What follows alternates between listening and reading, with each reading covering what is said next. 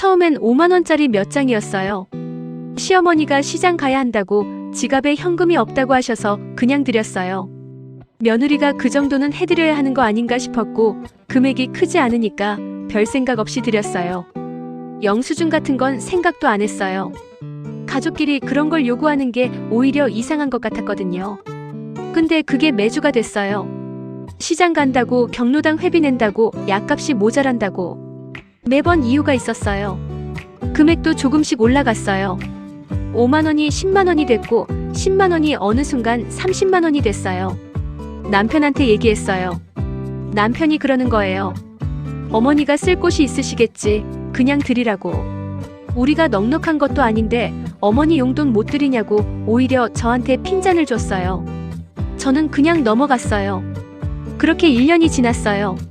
제가 어느 날 가계부를 정리하다가 멈췄어요. 지난 1년 동안 시어머니한테 현금으로 드린 게 얼마인지 더해봤거든요. 기억나는 것만 더해도 400만 원이 넘었어요. 기억 안 나는 것까지 합치면 더 될 것 같았어요. 저는 그때 처음으로 이게 이상하다는 걸 느꼈어요. 시어머니한테는 매달 나오는 노령연금이 있었어요. 금액이 크진 않지만 혼자 쓰시기엔 부족하지 않은 수준이었어요. 근데 매주 현금을 요구하시는 이유가 뭔지, 그 돈이 어디 가는 건지 저는 한 번도 확인을 못했어요. 조심스럽게 여쭤봤어요. 어머니, 요즘 쓸 때가 많으세요? 생활비가 많이 드세요? 어머니가 잠깐 굳으시더니 그러셨어요. 이것저것 쓸 게 있지. 며느리가 그걸 따지면 되냐? 그 말 한마디에 저는 입을 다물었어요. 그 뒤로도 요구는 계속됐어요. 금액이 더 올라갔어요. 어느 날은 150만 원을 가져오라고 하셨어요. 냉장고를 바꿔야 한다고. 저는 그날 잠을 못 잤어요. 남편한테 다시 얘기했어요. 이번엔 좀 더 강하게 해요. 남편이 그러더니 어머니한테 직접 물어봤어요. 근데 어머니가 남편한테는 딴 말을 하셨어요. 며느리가 돈을 안 준다고 쓸 것도 못 쓰게 한다고. 남편이 저한테 화를 냈어요. 어머니가 그렇게 말씀하시는데 내가 어떻게 믿냐고. 당신이 실제로 안 드린 거 아니냐고. 저는 너무 황당해서 말이 안 나왔어요. 그날부터 저는 기록을 시작했어요. 드릴 때마다 날짜, 금액, 사유를 메모했어요. 현금으로 드리기 전에 제 폰으로 지폐를 사진 찍었어요. 드리는 순간도 가능하면 기록을 남기려 했어요. 어머니 방 앞에서 드릴 때 복도 CCTV가 찍힌다는 걸 알고 있었거든요. 우리 집 현관 카메라 각도가 거기까지 닿았어요. 이상하다고 생각한 게 하나 더 있었어요. 시누이 전화였어요.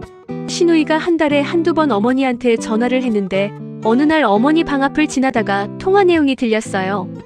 어머니가 며느리가 또 따졌다고 돈 달라는데 눈치를 준다고 하시는 거예요. 저는 드린 거였어요.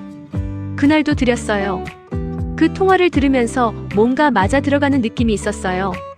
시누이가 어머니한테 전화할 때마다 어머니 기분이 안 좋아지셨어요. 그리고 그 다음 날이면 꼭 현금을 요구하셨어요. 패턴이 있었어요. 시누이 SNS를 봤어요. 시누이가 해외여행 사진을 올렸어요. 유럽이었어요. 한 달 전에도 일본을 다녀온 사진이 있었어요. 시누이 남편이 몇 년 전에 사업이 어렵다고 했는데 여행을 자주 다니는 게 이상하다 싶었어요. 지인한테 부탁해서 시누이 주변 얘기를 들어봤어요. 시누이네가 재정적으로 많이 어렵다는 얘기가 있었어요. 대출이 있고 카드값도 막기 어렵다는 소문이 동네에 돌았다고 했어요. 저는 그때 그림이 그려졌어요. 시누이가 어머니한테 돈을 요구하고 어머니는 그걸 며느리한테 뽑아내는 구조였던 거예요. 시누이가 직접 요구하면 티가 나니까 어머니를 중간에 세운 거였어요.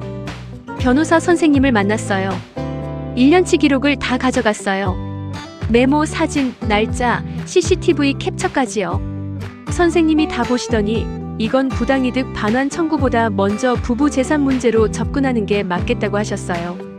배우자 동의 없는 지속적 현금 유출이고 사용처가 불명확하면 혼인 중 재산 침해로 볼 수 있다고요. 남편한테 모든 기록을 보여줬어요. 날짜별로 정리된 현금 내역, 사진, 시누이 SNS 여행 사진, 시누이 내 재정 상황 관련 정보까지요. 남편이 처음엔 믿지 않으려 했어요. 근데 숫자 앞에서는 버틸 수가 없었어요. 1년에 500만 원이 넘었거든요. 기록된 것만요. 남편이 어머니한테 직접 물었어요. 어머니가 처음엔 잡아떼셨는데 시누이한테 보낸 계좌이체 내역을 남편이 들이밀었어요. 시누이 명의로 보낸 게 찍혀 있었거든요. 어머니 폰에서 남편이 직접 확인한 거예요. 어머니가 결국 인정하셨어요. 재훈이가 힘들다고 해서 조금씩 보냈다고. 며느리한테 달라고 하면 주는 줄 알았다고. 조금씩이 1년에 400만 원이었어요. 어머니가 며느리한테 받아서 딸한테 보낸 거였어요. 남편이 시누이한테 연락했어요. 시누이가 처음엔 오빠가 왜 이걸 문제 삼냐고 펄쩍 뛰었어요. 근데 법적으로 간다고 하니까 분위기가 바뀌었어요. 결국 분할 상환 각서를 썼어요. 공증까지 받았어요. 저는 지금도 시어머니랑 한 집에 살아요. 예전처럼 현금을 드리진 않아요. 필요한 게 있으시면 제가 직접 사드려요. 어머니가 처음엔 그게 불편하신 것 같았는데 지금은 익숙해지신 것 같아요. 남편이 어느 날 저한테 미안하다고 했어요. 저는 고맙다고만 했어요. 더 따지지 않았어요. 그 사람도 어머니랑 누나 사이에서 제대로 보지 못한 거니까요. 기록은 거짓말을 안 해요. 억울하면 적으세요. 날짜랑 금액이랑 상황을요. 그 메모 하나하나가 나중에 전부를 바꿀 수 있어요. 영수증이 없으면 내가 만들면 되는 거예요. 구독과 좋아요는 큰 힘이 됩니다. 막장 5분과 함께 특별한 이야기를 함께 해보세요. 우리 주변의 이야기를 빠르게 만나보세요.